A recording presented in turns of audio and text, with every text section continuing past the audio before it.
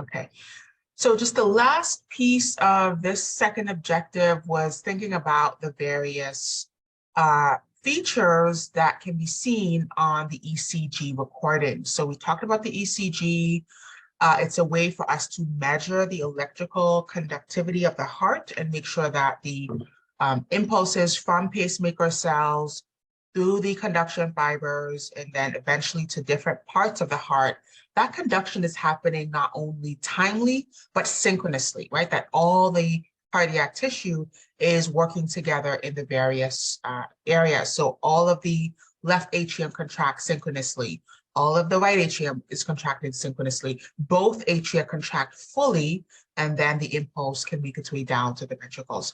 So we can measure that using the ECG, and we basically place leads over the skin on certain areas of the body, and those leads will tell us how that conduction is being spread. So if we look at an ECG reading, we'll see different wave patterns. The P wave is going to be the atrial depolarization. So it's the period where the atria contract. That is this small bump here in the membrane potential or in the voltage, right? So here's our P wave. And this is saying that the atria have fully contracted and then relaxed. The QRS complex is the entire portion where we have ventricular depolarization along with atrial repolarization.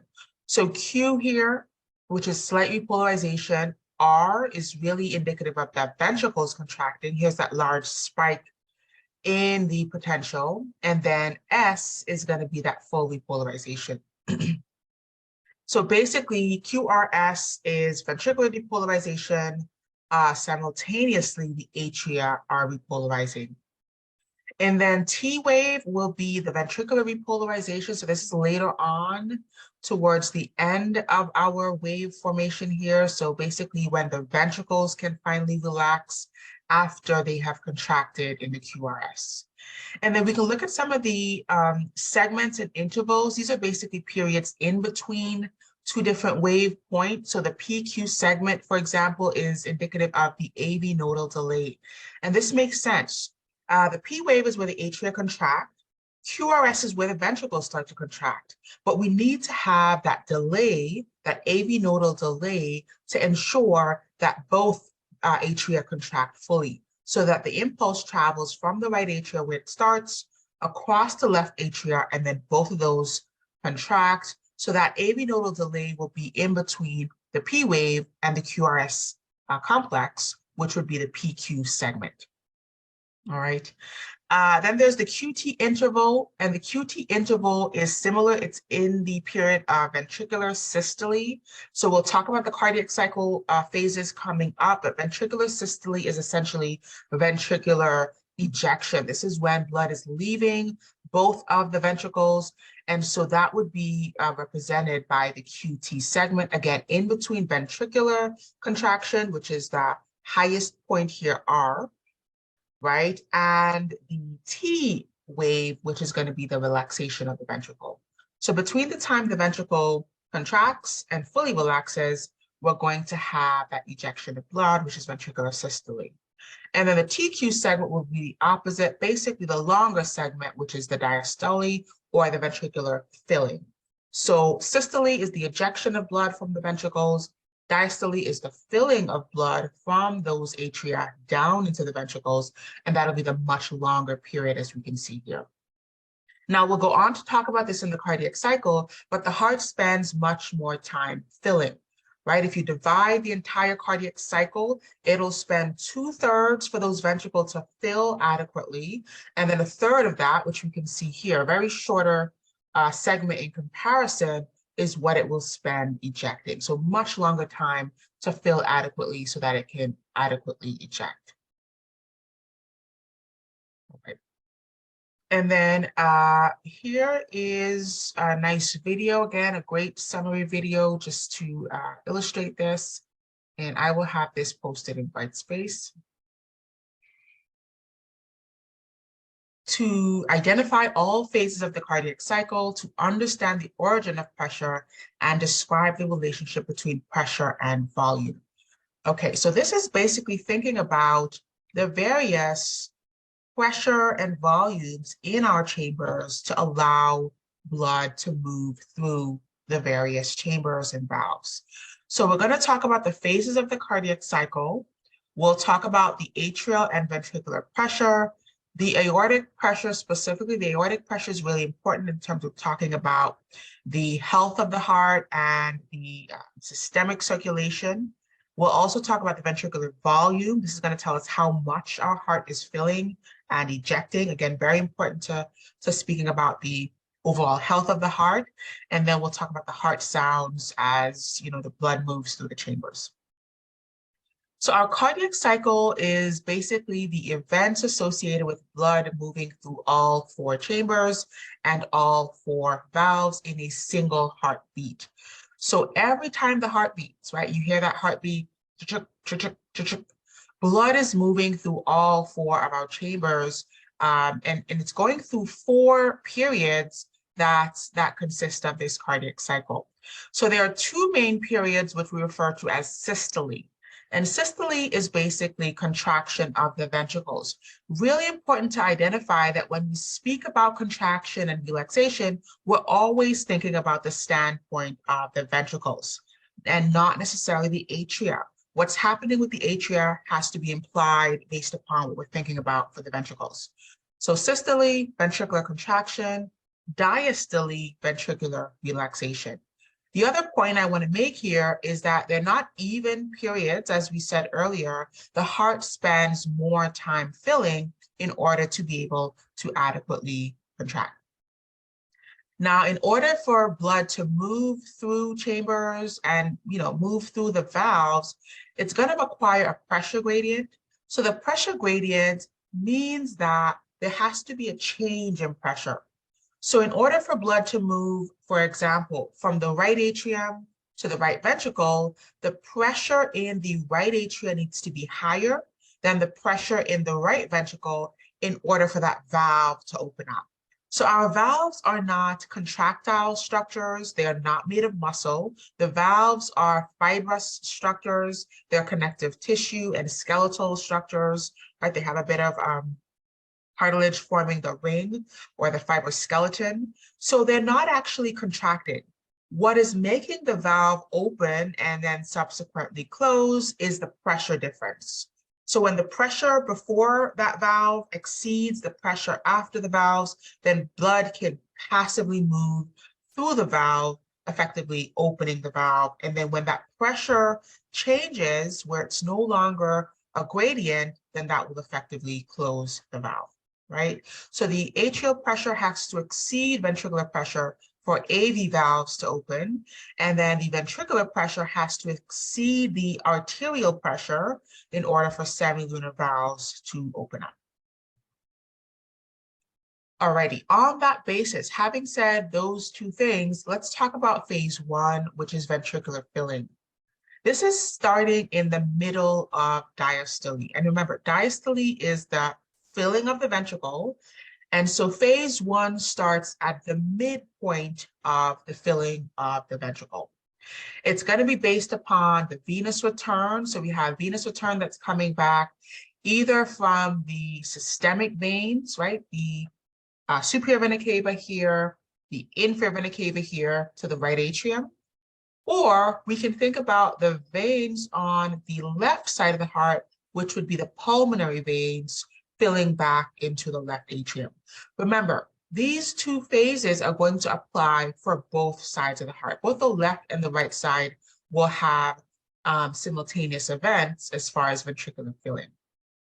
So that venous return that's coming back into the right atrium needs to then fill down into the ventricles. And that is what's constituting our ventricular filling. The AV valves must be open for this period, right, for that blood to move from the atria down into the ventricles. The semilunar valves must be closed during this period. And then there's going to be a passive filling at the initial stage of phase 1.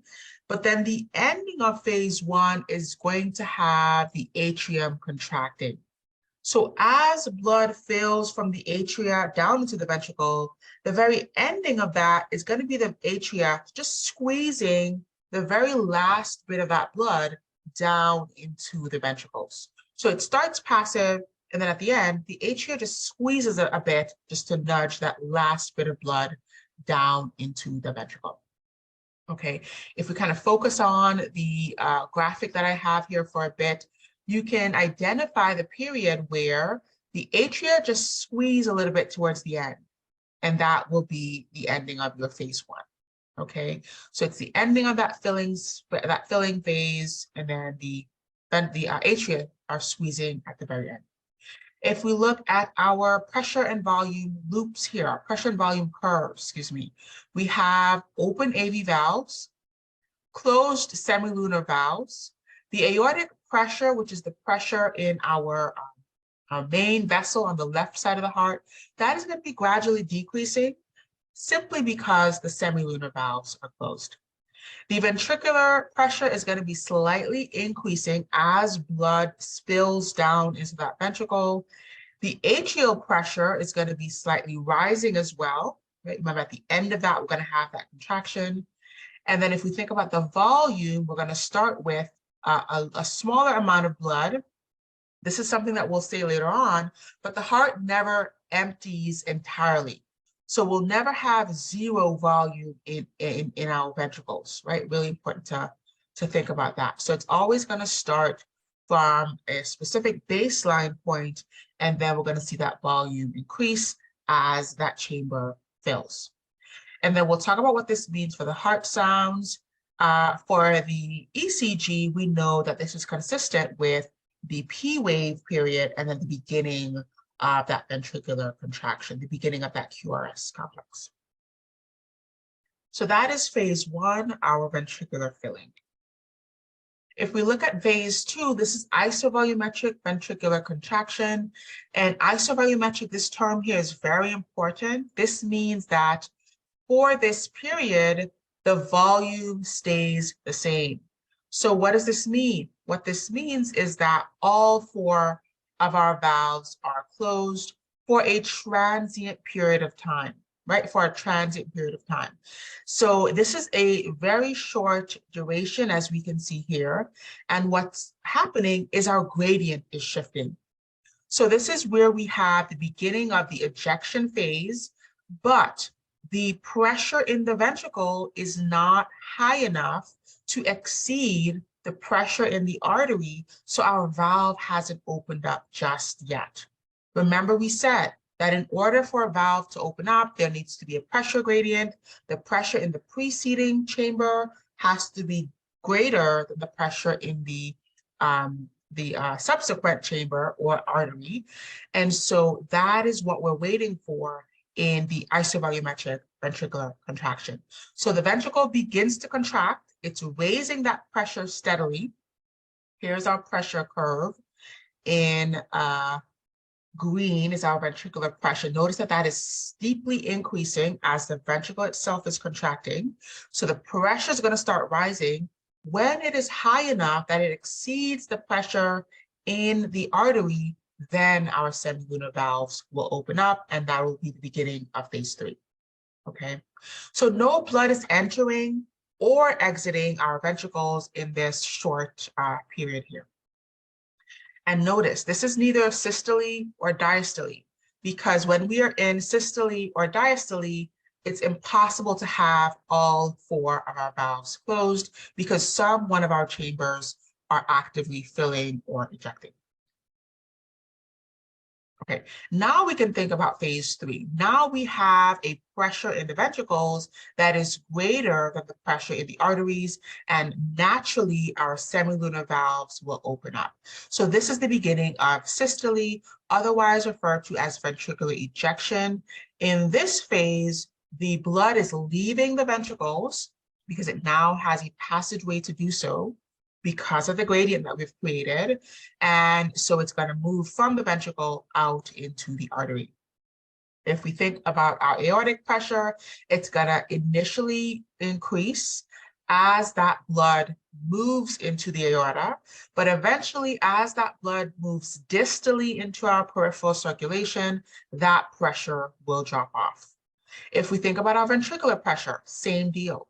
As we are increasing the pressure initially to forcefully eject that blood. Then we're going to have an increase in the pressure initially, but then as that blood leaves, the pressure will drop off in the ventricle. And so the curve for our aortic pressure will look very similar to the curve for our ventricular pressure. The atrial pressure is going to pretty much stay consistent and be somewhat low. Remember, the atria here are not contracting. This is the ventricle contracting. And so the atria are pretty relaxed. And if you notice, it's going to be even a drop in the overall pressure in that chamber.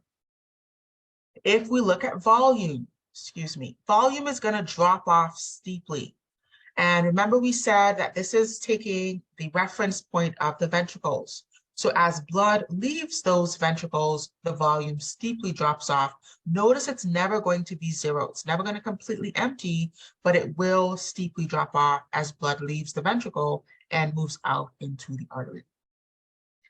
For our ECG, this is going to be synonymous with the initial phase between the TQ segment and then the beginning of the atrial contraction here.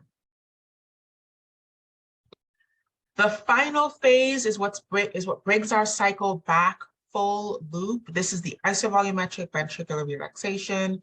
This again is a very short period in terms of its duration. And here we have all 4 valves closed because this is a period where the volume isn't changing, but the chamber is being relaxed, right? The ventricle is being relaxed. And in order for us to open the AV valves, we need to have a pressure in the ventricle that is lower than the pressure in the atria, and that will allow the AV valves to open up once again. So this period, we're having a drop in the ventricular pressure so that we can facilitate the phase 1 all over again, which is the filling when those AV valves finally open up. So phase 4 would be where we have a drop off in pressure. Notice the green curve going down, which means that the ventricle is sort of taking a breath out. This is a relaxation of the ventricles. The aortic pressure is going to be slightly high here at the end because blood is now moving through the aorta and moving through the systemic circulation. And the kick up here in the aortic pressure is also going to be owed to the closure of the semilunar valves. So notice there's this notch. We're going to talk about this notch coming up later on. But as those semilunar valves close, the blood kind of hits against the back of those closing semilunar valves, especially the aorta, because the systemic circulation has a higher peripheral resistance. And so it's going to just give a swoosh of that blood against the back of the valve, which is what creates this little notch in the aortic pressure curve. If we think about our volume here, once again, the volume is staying consistent. So in the isovolumetric contraction, phase 2, and the isovolumetric relaxation, phase 4, the volume doesn't change. All 4 valves are closed, so the volume doesn't change. In our diastole, the volume goes down. In our systole, the volume goes up.